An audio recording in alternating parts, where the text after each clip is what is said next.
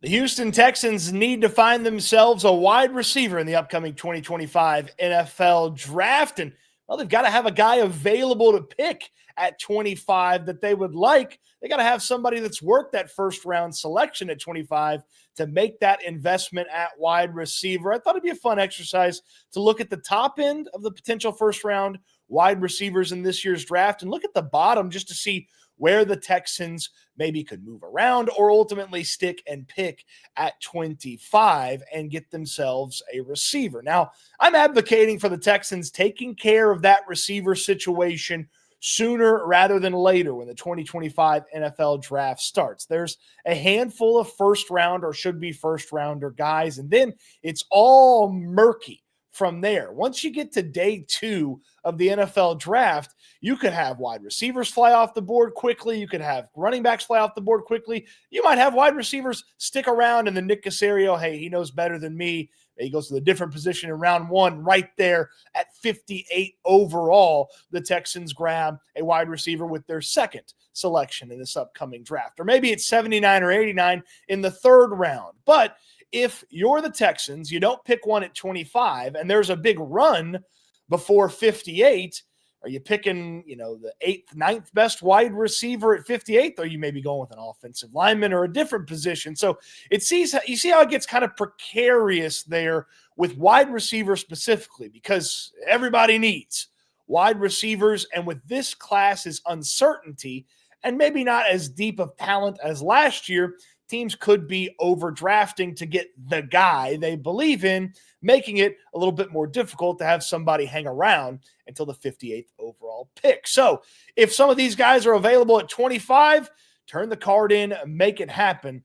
Let's get started with a player that I don't love for the Houston Texans, but I don't know he's going to be there. Now, if you've been on the channel before, you know that I initially was a big Tetairoa McMillan fan. I felt like if he flipped to the Texans, that'd be a really good spot for him. But after watching the video from a couple years ago where he said he didn't like watching football, he didn't like watching film, he found it hard to watch film. He watched film with his teammates, and that was all the film that he needed to watch. And you add that in with some of the questions about McMillan's skill set, and I don't know that I love him for the Texans, but as you see here, I don't know that he was going to even get close to getting to the Houston Texans. McMillan, widely believed to be the top wide receiver outside of Travis Hunter in this class. Of course, Colorado's Travis Hunter is going to play a little cornerback and wide receiver. So McMillan as the only, or as a wide receiver only, gets the designation as the top guy amongst the draft nicks. And he could go in the top 8. I mean, if Las Vegas picked him at 6, I wouldn't be shocked by it. Carolina at 8, I wouldn't be surprised by it. New Orleans, Dallas, and as he started to slip down the board, more and more teams would make sense. Seattle would be a team that could be interested. Maybe Denver planning ahead for a life after Cortland Sutton, the Los Angeles Chargers, the Green Bay Packers.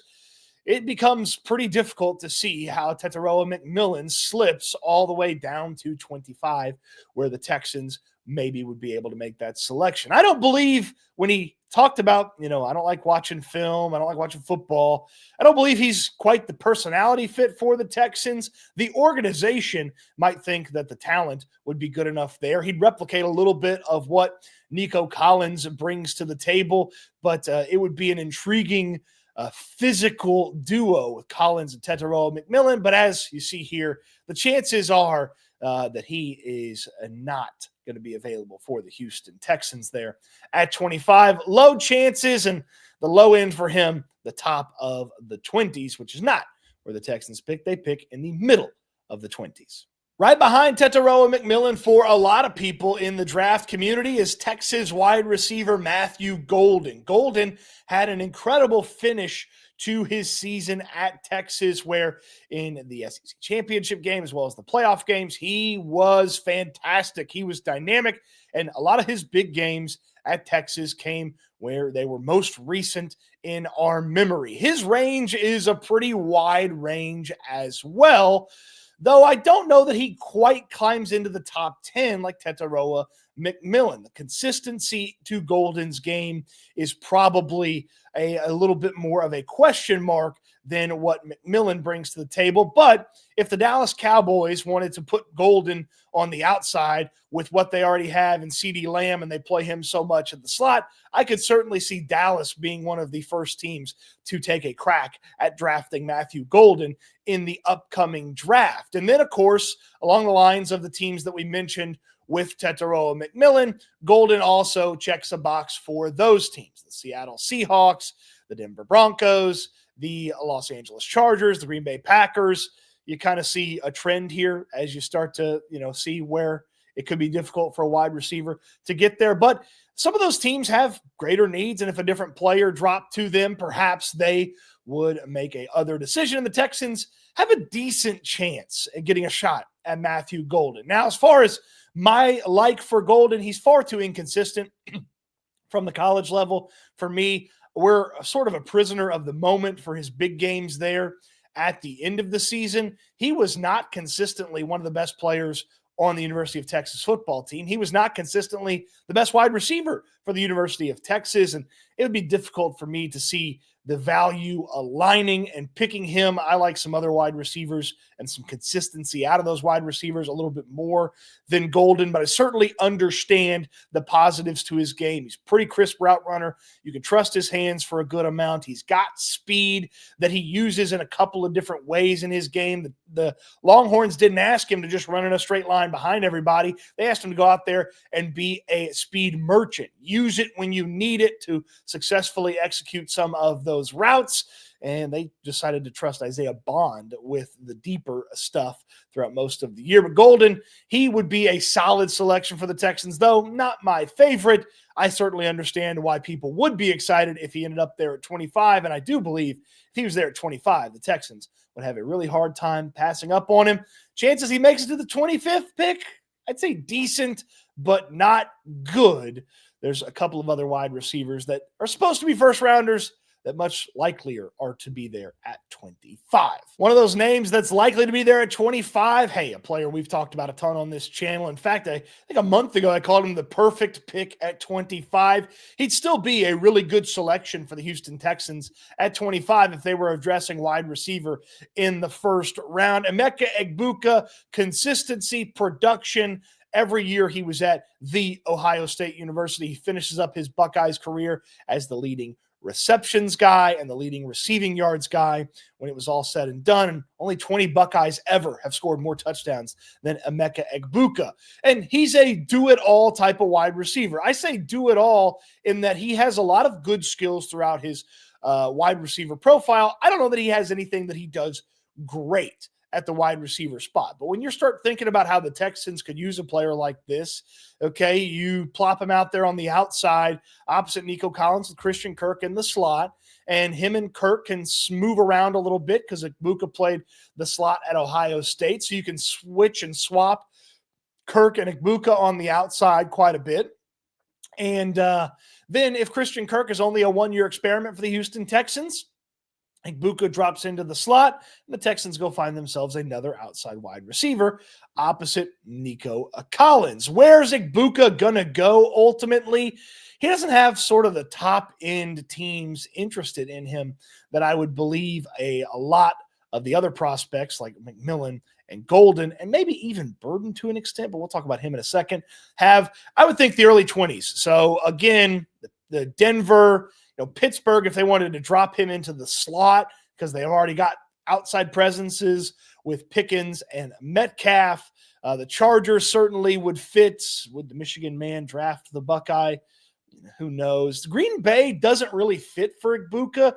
They've kind of got a lot of good, not great guys. When Green Bay takes that swing at wide receiver, they've got to have a little bit more of a ceiling than what Egbuka brings to the table. So I don't know that he makes a ton of sense there. What are the chances he's available at 25? I'd say there's a pretty good chance he's available at 25, and I do feel like the Texans might have a tough time passing up on a player that's reliable, consistent, does a lot of things well, and maybe doesn't have that high ceiling that you would hope a wide receiver does, but maybe has a higher floor than most people believe. Of course, a couple of years ago, the Texans took a swing at a player that most people thought was a slot-only guy, can't win outside, can't do it consistently.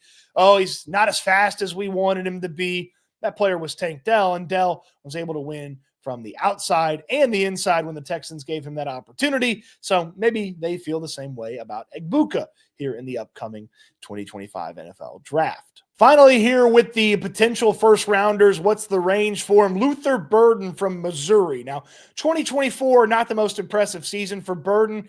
The offense for the Tigers was just very okay most of the time. But 2023, man, Burden was one of the most dynamic players in all of college football. And it's not like that's gone. He is speedy. He can win deep from the slot, which is a rare talent among slot receivers. He can do it consistently and with ease. You could probably play him outside as well, though the size and maybe physicality might be a little bit of a concern. Burden, for me, was the toughest to do with this exercise because I don't know how he ends up inside the top 20 in this year's draft. I just don't quite see it for Luther Burden, but I could see again those teams in the early 20s taking a swing at a guy like Luther Burden. And really 26th overall, the LA Rams, I feel like is kind of a nice little floor if they want to go and add themselves a dynamic slot player. And of course, the Rams very good at taking care of business with their slot receivers.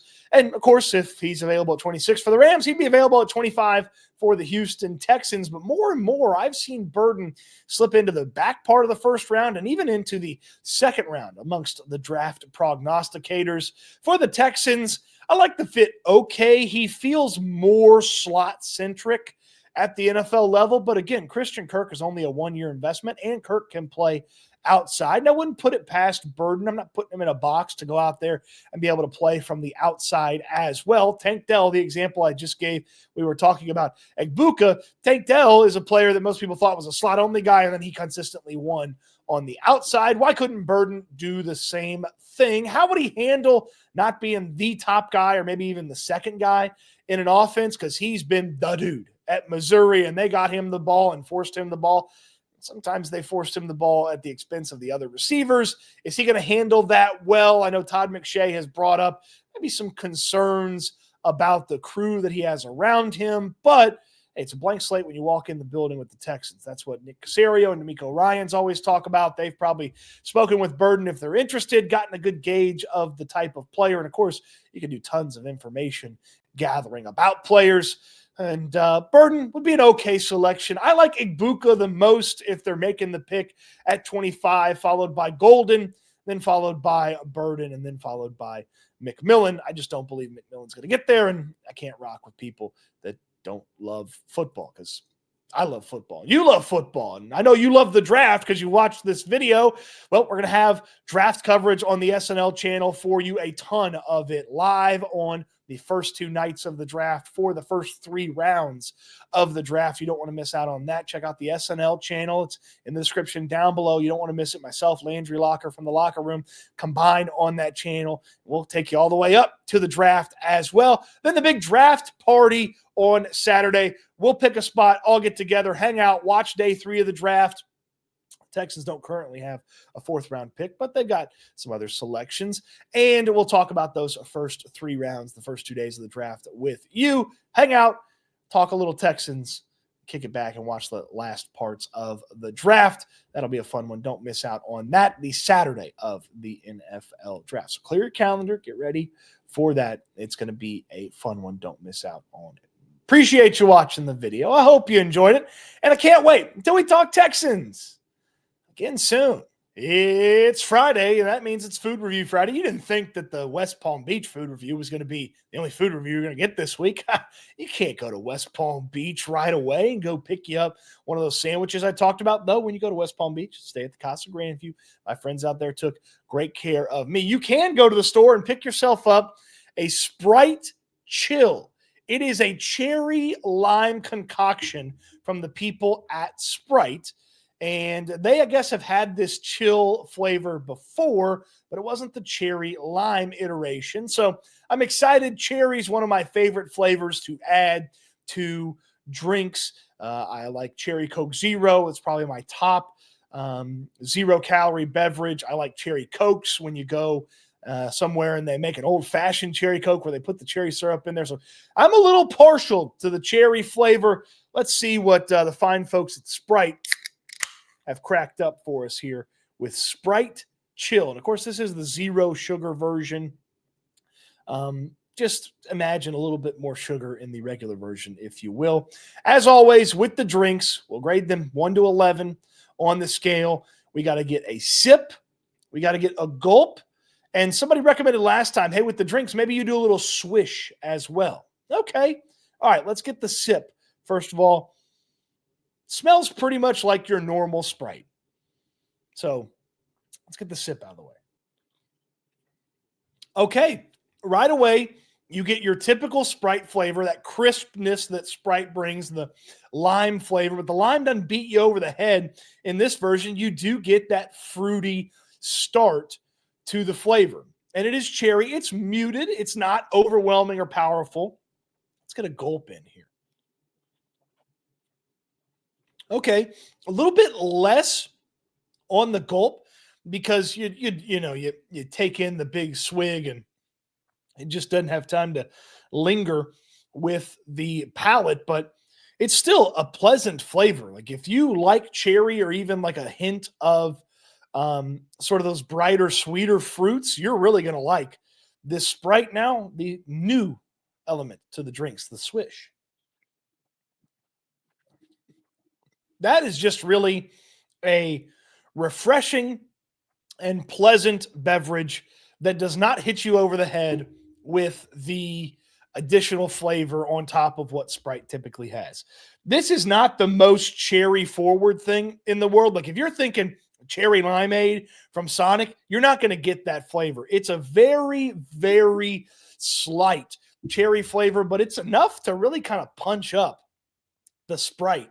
And I really enjoyed that beverage. I will probably enjoy the rest of the 12-pack that I purchased on this, unlike, the orange Coke Zero or whatever, where I kind of gutted through a couple more and then just started putting them with various forms of alcohol to try to punch up the flavor. This would go with just about anything that you would usually use a Sprite for. Man, I don't even love Sprite that much, but I really like this cherry version, and I like that it punched up the flavor and kind of toned down the lemon lime nature of the Sprite. Scale of 1 to 11, 11's being the best thing you've ever drank, 1 being spit it out, no good.